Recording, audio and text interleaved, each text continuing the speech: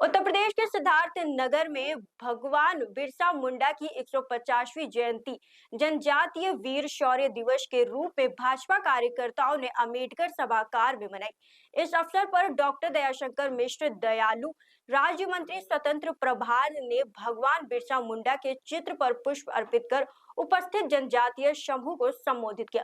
उन्होंने कहा कि बिरसा मुंडा की 25 वर्ष की आयु में किए गए संघर्ष और देश तथा समाज के प्रति उनके समर्पण को हमेशा याद रखना चाहिए।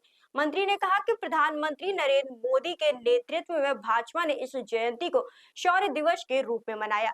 भाजपा जिला अध्यक्ष कन्हैया पासवान ने कहा कि बिरसा मुंडा ने जंगलों में रहने वाले जनजातीय आदिवासियों के उद्धार के लिए महत्वपूर्ण योगदान दिया। कार्यक्रम में प्रेस क्लब राष्ट्रीय कमेटी ने भगवान बिरसा मुंडा और गोंड वीरगाना महारानी दुर्गावती की प्रतिमा स्थापित करने के प्रस्ताव रखा।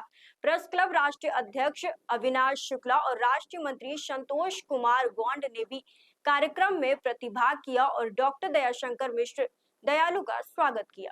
संत समाज को आवश्यकता है, न किसी राजनीतिक दल को आवश्यकता है, न सरकार को आवश्यकता है। वो स्वतंत्र है, क्योंकि इस देश में लोगों को अपनी बात कहने का अधिकार है और वो जितने बड़बोले तरीके से धर्म की आलोचना कर रहे हैं, व्यक्ति की आलोचना कर रहे हैं, सनातन की आलोचना कर रहे हैं, मुझको लगता है कि समाज ने उनकी बातों को गंभीरता से लेना छोड़ दिया। संभव सांसद वर्ग कह रहे हैं हम वंदे मातरम नहीं करेंगे। मैंने कहा ना कि चंद लोग हैं इस देश में जो देश के सिस्टम को नहीं मान रहे। आज उसी वंदे मातरम का 150वां वर्ष है और पूरा देश, ये आज़ादी का तराना है वंदे मातरम।